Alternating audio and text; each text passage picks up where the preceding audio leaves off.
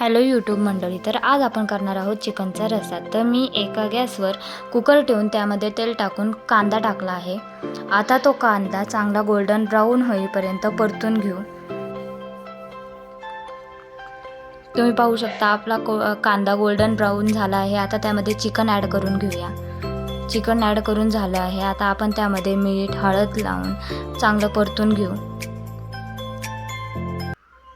त्याला परतून झालंय थोडं। आता आपण त्यामध्ये मसाले ॲड करू।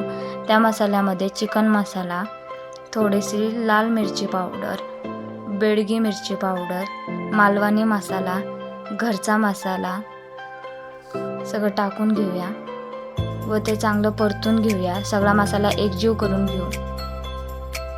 त्याला तेल सुटायला लागले, तुम्ही पाहू शकता। त्यामध्ये वाटण टाकून घेऊया। वाटण टाकून परतून घ्यायचं आहे चांगलं चिकन।